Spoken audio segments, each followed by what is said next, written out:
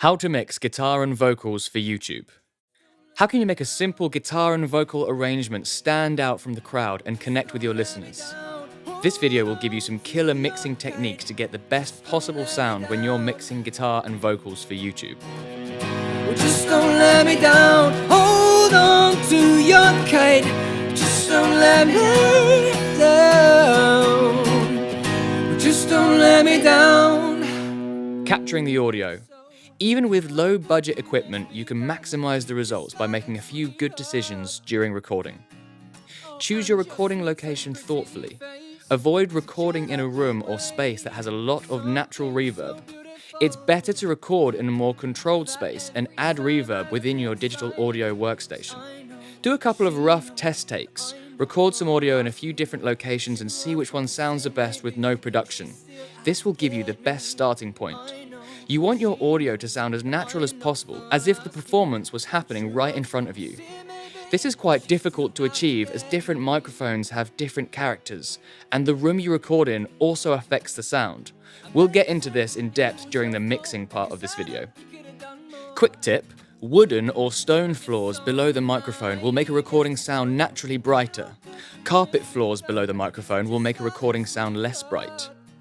Getting perfect takes.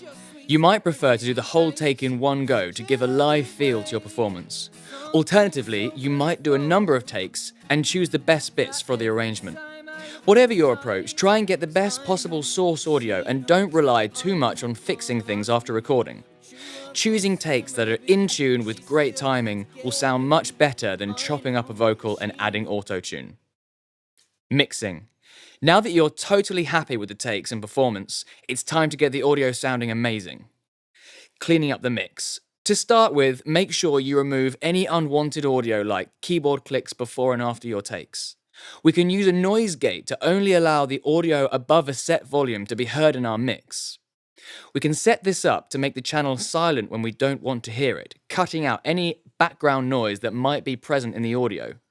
You're so naive, yet so, and how couldn't this be done? Such a smiling sweetheart. Oh, and your sweet and pretty face in such an ugly way. Something so beautiful. This step sets the foundation for a clean and professional mix. Firstly, set the threshold so all the audio you want to hear passes through the gate. The gate should close to remove unwanted noise. Now secondly, adjust the attack, hold, release and look ahead to work with your audio to make sure it still sounds musical. EQ. Equalizers give us total control over the frequencies of our mix. They allow us to sculpt and shape our sounds to our desire.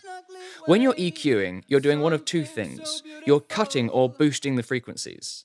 I almost always go for EQ first, as the audio that's fed into a compressor will change how the compressor reacts. I might tweak the settings of the EQ and compressor simultaneously, but the EQ comes first in the chain. The first thing I'll do with my EQ is attend to any problems that I need to fix on that channel. By default, I'll check the low end of the channels that I don't want to have low end. I'll use a parametric EQ to create a steep low-cut filter to totally remove those humming low frequencies. Once the mix is feeling decongested, I'll look at any other problematic frequencies that have crept into the mix. I'm looking for disproportionate frequencies that make a channel sound unnatural when soloed. It doesn't matter what the audio is, my approach is the same. I want to make it sound like I'm hearing it being played live in front of me. You can use a tube or console emulation EQ to sweeten up the sound. It's a good idea to use a reference track to help you get your track sounding like a professional release. If possible, switch between 2 or more sets of monitors, speakers, earbuds, or headphones to get a broad perspective of how you're shaping the sound. If your channels are beginning to sound real through all playback systems, you're on the right track. Compression. In a nutshell, compressors reduce the difference between the loudest and quietest parts of the audio it's processing. They allow you to control, color, and manipulate the dynamics of audio. They're powerful tools, but using the wrong setting can suck the punch out of your music. For this mix, I automated a gain plugin on the vocal to try and keep the volume fairly constant throughout the performance. This means that when I use a compressor on the channel, it doesn't have to work too hard, keeping the audio nice and dynamic. The guitar compression thickens up the sound, enhancing the body and weight.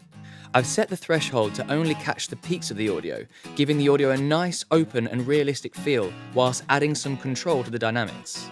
For acoustic guitar and vocals, I would recommend using a ratio of 4:1 or less to keep things sounding dynamic. Keep the attack above 10 milliseconds and the release above 20 milliseconds to let your transients punch through the mix.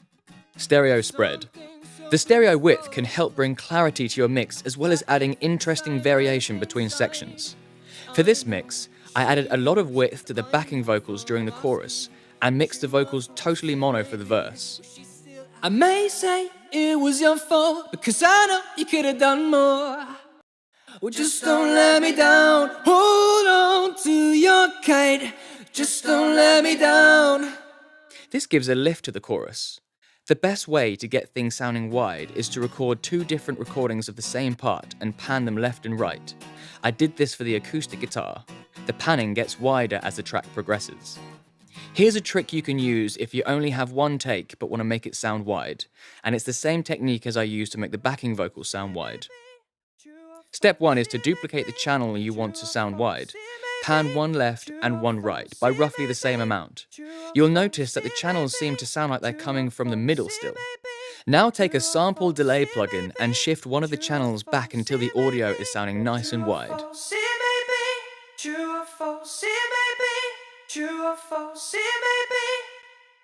Effects.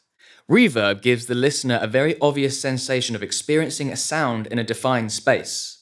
You can make a channel feel very close and personal to the listener by using a short and subtle room reverb. Conversely, you can make a channel sound like it's far off in the distance by adding a longer and more dramatic chamber reverb. Too much reverb can make the mix feel washed out, so subtlety is key. A great approach is to use a send channel rather than inserting the reverb on the source audio itself.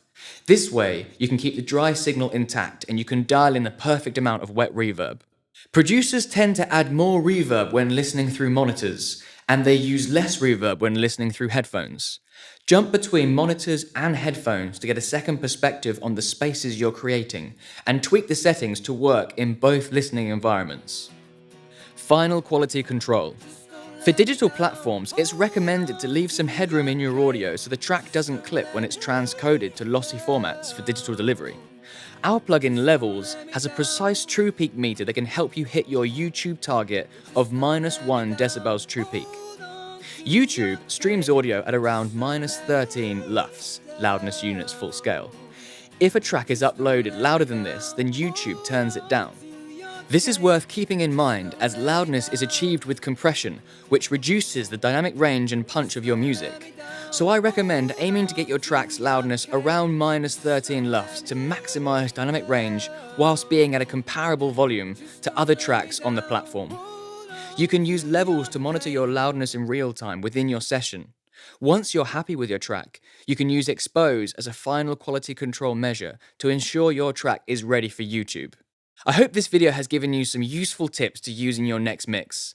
You can grab the free trials of some of the tools I used in the description below. Thanks for watching.